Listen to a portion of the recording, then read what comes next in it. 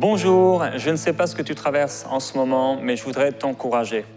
Ne baisse pas les bras, mais continue d'avancer. Il est important d'avancer, il y a tellement de choses qui viennent contre nous, des circonstances difficiles et particulières que nous pouvons vivre, et on a besoin de continuer d'avancer. Je veux t'encourager, ne baisse pas les bras, ne te décourage pas, mais continue d'avancer. Le thème de cette semaine, c'est « Sois fidèle jusqu'à la mort ». On aura l'occasion d'en parler. Aujourd'hui, ça va être un encouragement pour vous tous qui passez par des temps difficiles et ça dure parfois, ça dure, c'est tellement long. Et on se dit, mais comment on va pouvoir sortir de là? On se sent entouré de ténèbres et on a vraiment besoin du Seigneur. Et Dieu, aujourd'hui, va se glorifier et il va vous fortifier. Et je vais vous partager un témoignage, le témoignage d'Astrida. Elle dit « Je viens vous remercier pour l'œuvre de Dieu que vous accomplissez. À mes débuts avec EMCI, à travers Prières inspirées, il y a environ 6 mois, j'étais méfiante, mais j'ai appris à connaître mon Père Céleste à travers vos émissions. Après 3 ans dans un trou noir où c'était carrément impossible pour moi de prier en langue, parce que je n'y arrivais plus du tout, j'ai recommencé à prier. J'ai été touché à travers les lives, dont celui avec le passage de Jean-Luc Traxel. J'avais une douleur à ce moment-là au côté droit de ma mâchoire. Je ne pouvais pas manger normalement. Et il a parlé, il a dit, et ma douleur est partie le lendemain. On peut tellement remercier le Seigneur pour de tels fruits, des vies qui sont transformées, qui sont changées.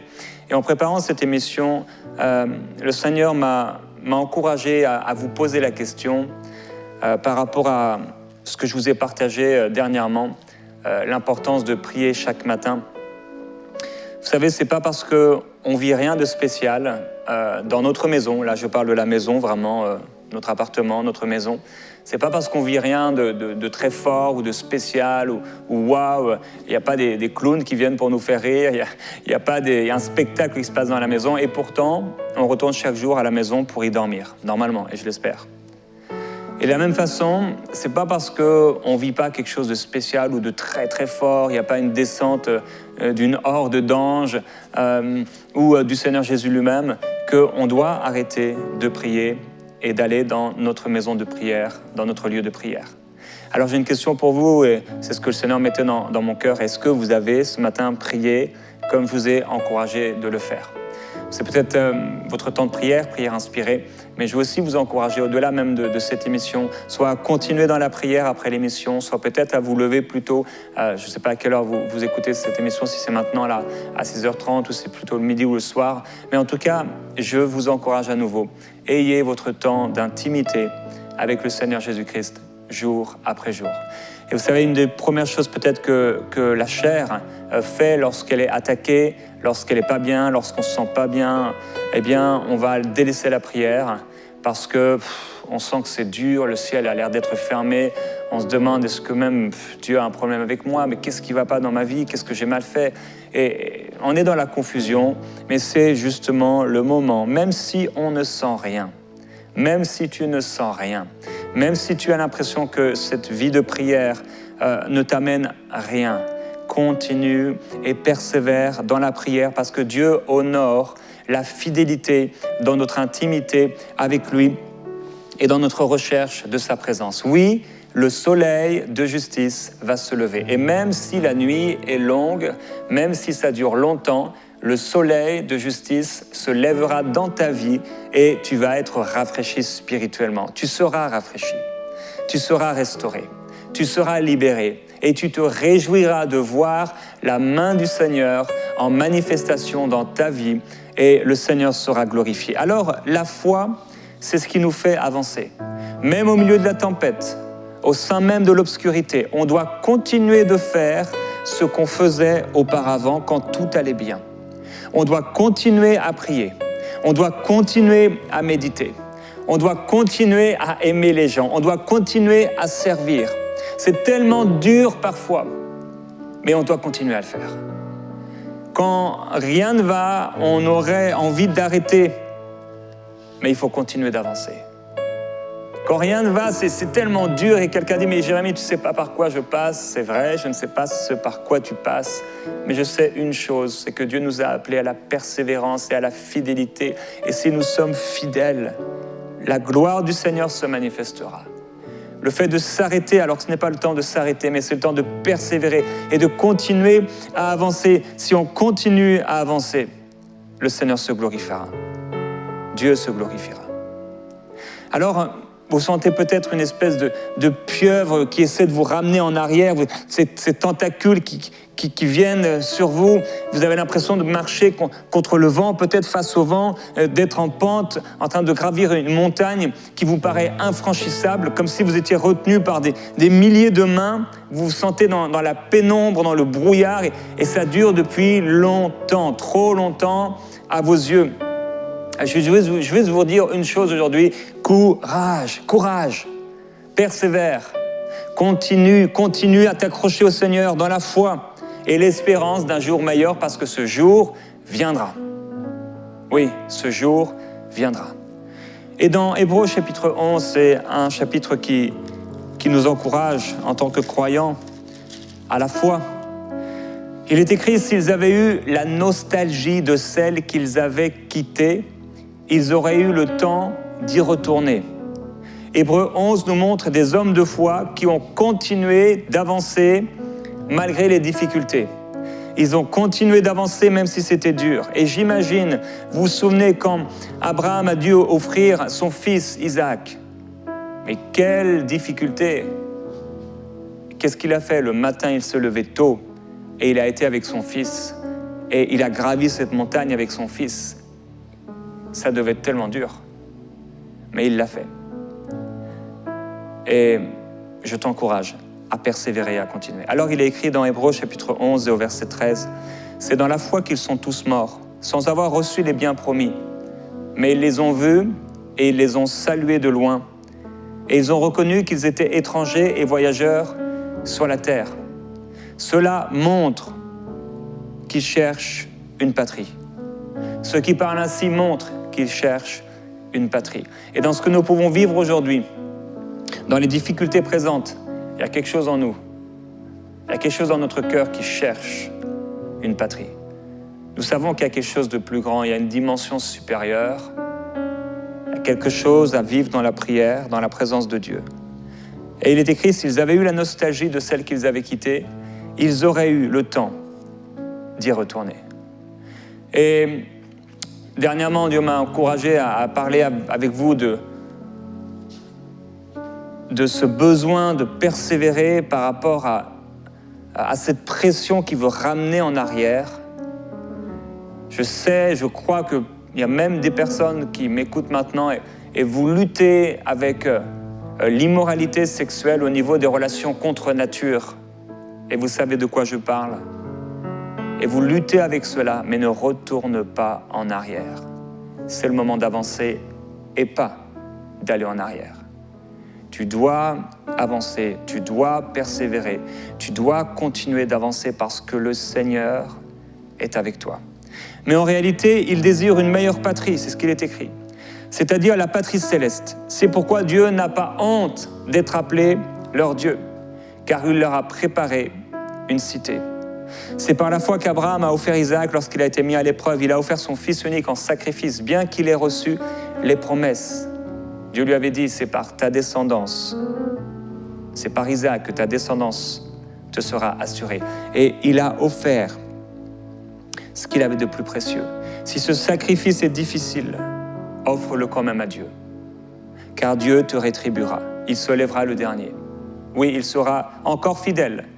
Il sera encore fidèle. Si le sacrifice de ton obéissance à Dieu, de ta consécration, si le sacrifice de ta recherche de Dieu dans l'intimité est difficile, continue d'avancer. Continue de persévérer. Fais-le au nom du Seigneur. Alors, dans Genèse, Dieu va appeler Abraham et il va lui dire « Quitte ton pays, ta patrie, ta famille », on en a parlé dernièrement, « et va dans le pays que je te montrerai, je ferai de toi une grande bénédiction, je te bénirai, je rendrai ton nom grand, tu seras une source de bénédiction. » Et qu'est-ce qu'a fait Abraham? Il a avancé. Et à l'âge de 75 ans, il a quitté la ville de Charan. Il a pris sa femme, Sarai, Lot, le fils de son frère, il a pris ses biens, ses serviteurs, et il a pris tout ce dont il était propriétaire, et ils sont partis pour se rendre à Canaan, où ils sont arrivés. Il est écrit qu'il a traversé le pays jusqu'à l'endroit appelé Sichem, jusqu'aux chênes de Morée. Il y avait les Cananéens qui occupaient tout le pays. Et là encore, à ce moment-là, à cause des Cananéens, en tout cas, il a continué de partir à l'est de Bethel, il a dressé ses tentes. Et la Bible déclare qu'il a continué par étapes en direction du Negev. Il a continué d'avancer. Après son passage par l'Égypte, il va faire ce qui nous paraît peut-être comme un détour, puisqu'en fait, il commence à un endroit et il va en Égypte et il revient. Et ça a l'air d'être un détour, mais il revient encore plus enrichi. Et là, à partir de ce moment-là, il remonte d'Égypte vers le Negev avec sa femme et tout ce qui lui appartient. Encore, Lot est avec lui. Et il avance. Il avance. Il continue d'avancer. Il sort en étape à nouveau de Negev jusqu'à Bethel, jusqu'à l'endroit où était donc sa tente là au début. Et il continue d'avancer. Après, il y a un conflit entre les bergers de Lot et ceux d'Abraham. Vous savez, ça va être la division un peu entre Lot et Abraham. Et malgré ça, il continue d'avancer. Et il va planter ses tentes, il va venir habiter parmi les chênes de Mamré, près d'Hébron. Et là, à chaque fois, et d'ailleurs, souvent, il va, dans ses déplacements, toujours offrir un autel, construire un autel en honneur de l'Éternel. Et qu'est-ce qu'il fait à chaque fois? C'est qu'à chaque déplacement, il construit un autel, il continue de prier, il continue de reconnaître Dieu dans toutes ses voies et il continue surtout d'avancer. À 86 ans, il a eu Ismaël, il a continué d'avancer. À 96 ans, il a été circoncis, 96 ans. Il a continué d'avancer. Dans Genèse 18, Dieu rappelle une nouvelle fois encore la promesse à Abraham.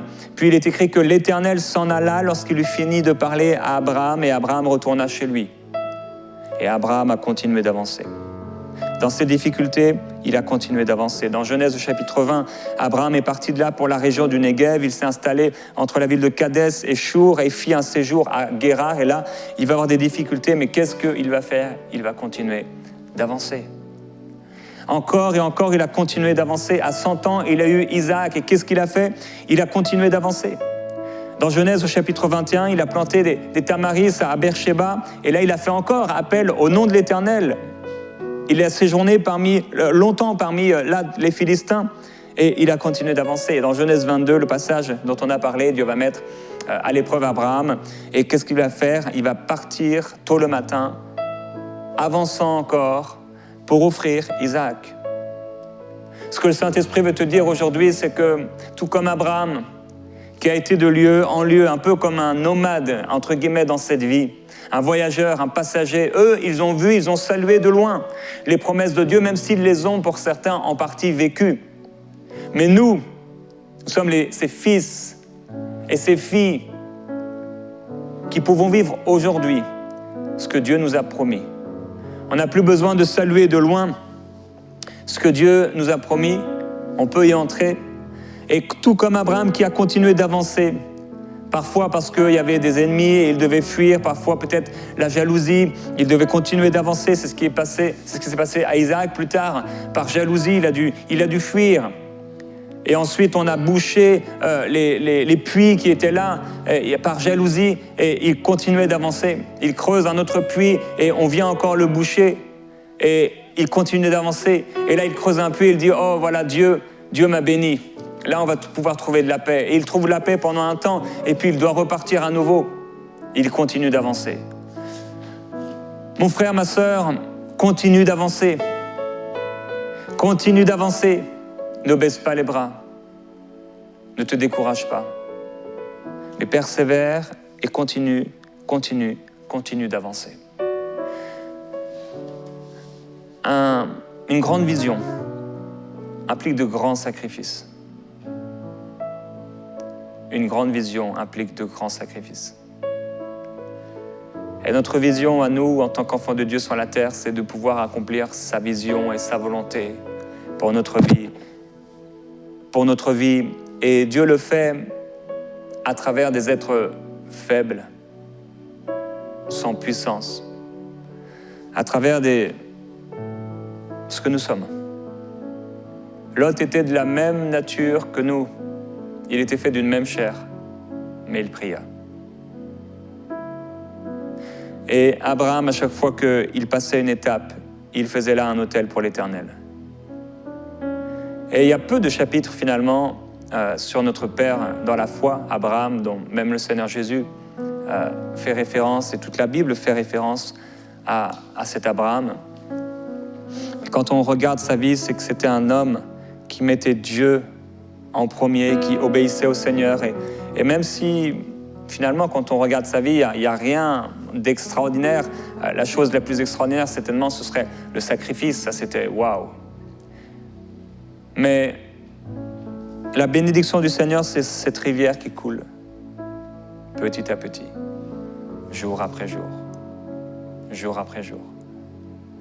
Et on continue, et on persévère, et on avance, et on continue d'avancer.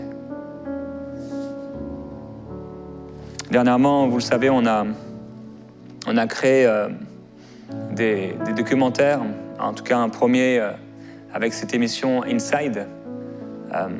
Comme vous pouvez le voir dans ce visuel, cette émission a coûté en travail, en force, en argent, à tous les niveaux. Mais il y a une vision qui est là, et c'est une vision pour les perdus.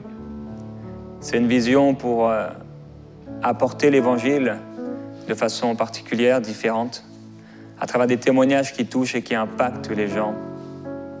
Et d'ailleurs, merci à tous les partenaires encore pour votre soutien, parce que c'est aussi grâce à vous que l'Évangile peut être annoncé à travers cette émission, ces reportages, ces documentaires. Mais ça implique un tel sacrifice. Grande vision, grand sacrifice. Grande vision, grande difficulté. Grande vision, parfois, grande tribulation. Grande vision, ça veut dire des temps de souffrance, des temps de pleurs, parfois même des temps d'agonie, durs. Mais comme dit l'apôtre Paul, en toutes choses, nous sommes plus que vainqueurs par celui qui nous a aimés. Et si tu peux retenir aujourd'hui quelque chose, ne te décourage pas. Ne baisse pas les bras, mais continue d'avancer. Continue d'avancer. Je veux continuer à prier, jour après jour, même quand c'est dur. Je veux continuer à prier, même quand il ne se passe rien de spécial. Dernièrement, j'ai pu le vivre, des jours et des jours et des jours à prier. Et c'était comme dur. C'est pas ce que je vis normalement. J'ai essayé, j'ai changé d'endroit, j'ai marché, j'ai prié dans mon salon, j'ai prié dans mon sous-sol, j'ai prié dans ma salle à manger, j'ai prié dans ma cuisine, j'ai prié devant chez moi, j'ai prié derrière chez moi. Et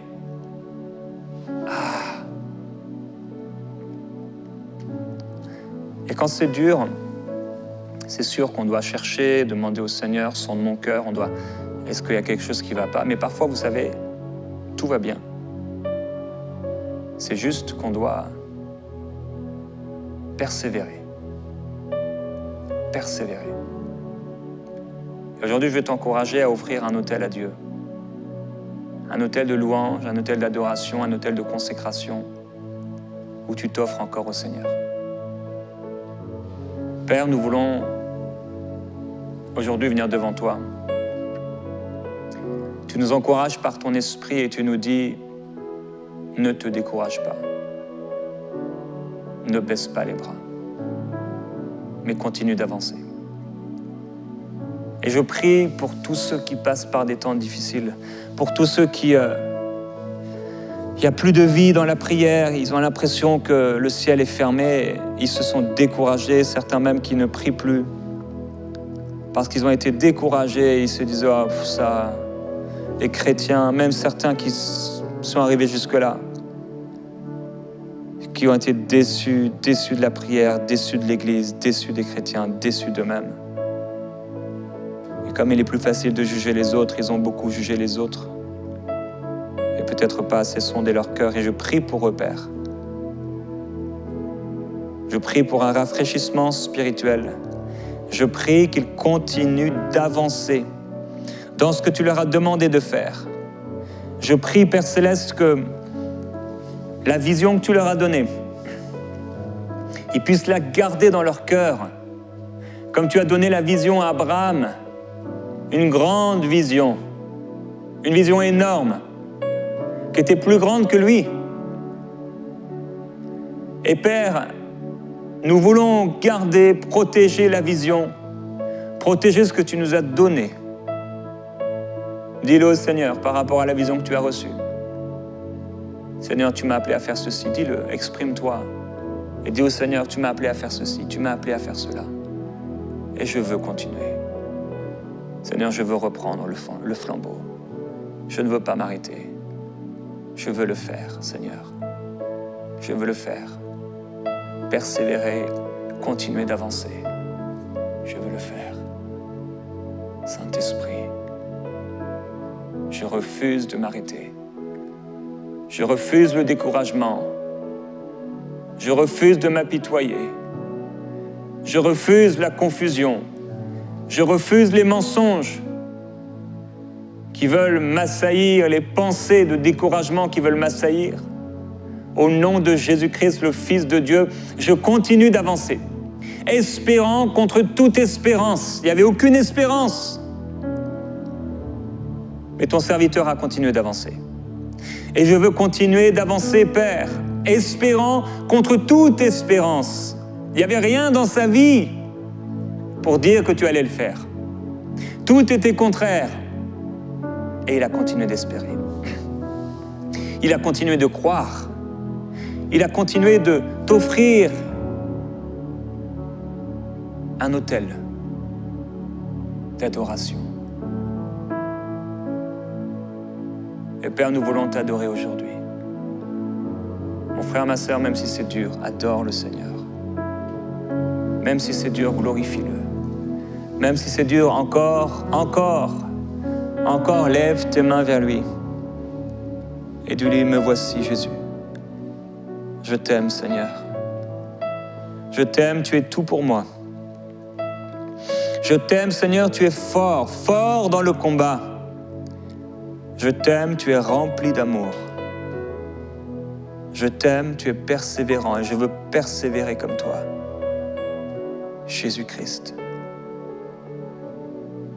Il y a certaines personnes, c'est la maladie qui vous a freiné.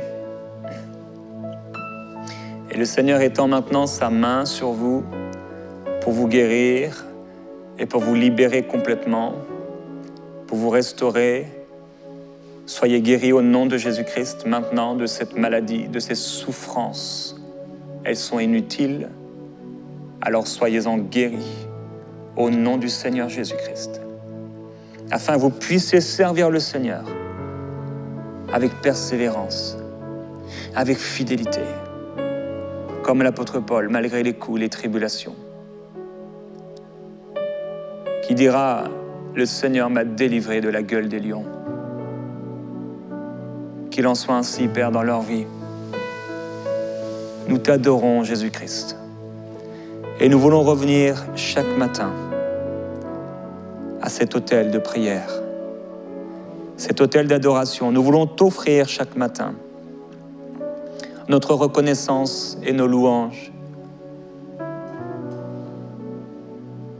Il y a quelqu'un qui n'a pas loué Dieu depuis longtemps, qui n'a pas chanté, qui n'a pas célébré. Le Seigneur t'appelle à le faire. Célèbre le Seigneur. Chante un chant nouveau, un chant inspiré, selon l'inspiration de la grâce de Dieu. Chante un chant à Dieu maintenant. Est-ce que ça fait trop longtemps que tu n'as pas chanté? Non pas les chants qu'on chante à l'église. Un chant qui vient de ton cœur, inspiré par le Saint-Esprit, inspiré par ton cœur même tout simplement. Oui, vas-y. Dis-lui que tu l'aimes. Avec tes paroles. Fais un son d'adoration à Dieu. Oui.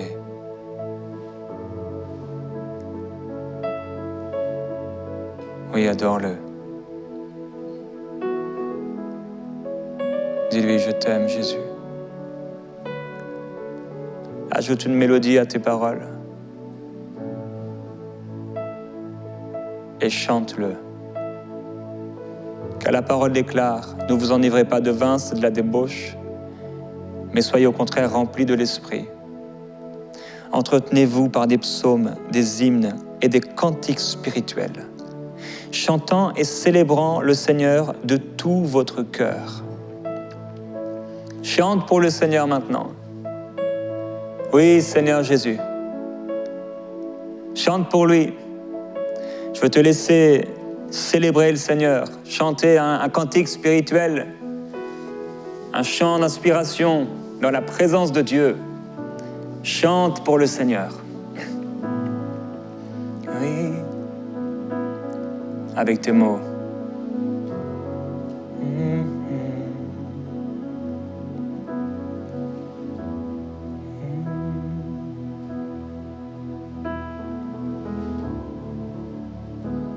Merci. Je t'aime.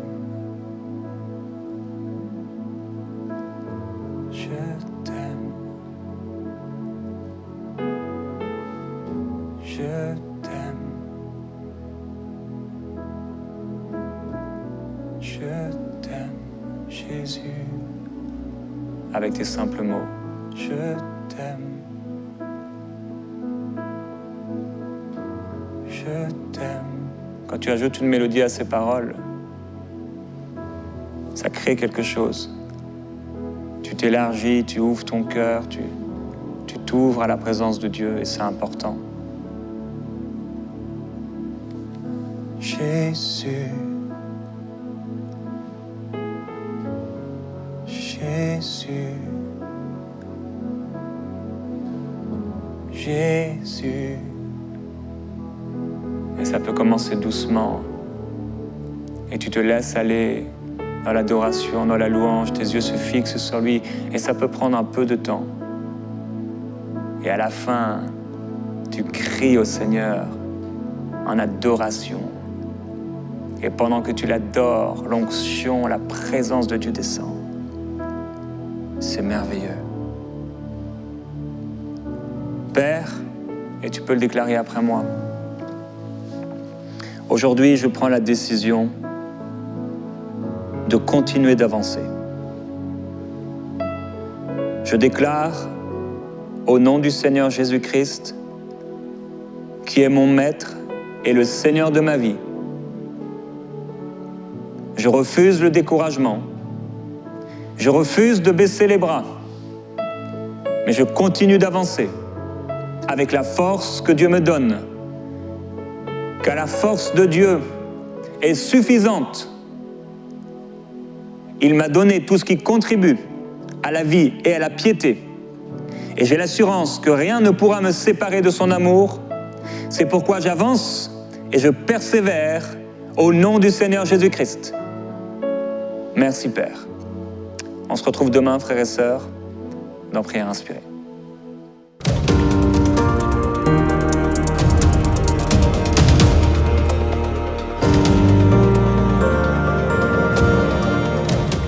Le 3 mai 2006, alors c'était mon anniversaire, il va y avoir l'ex-compagnon de ma maman qui va arriver. Il a dit, si vous ne me donnez pas Yacine, je mets le feu.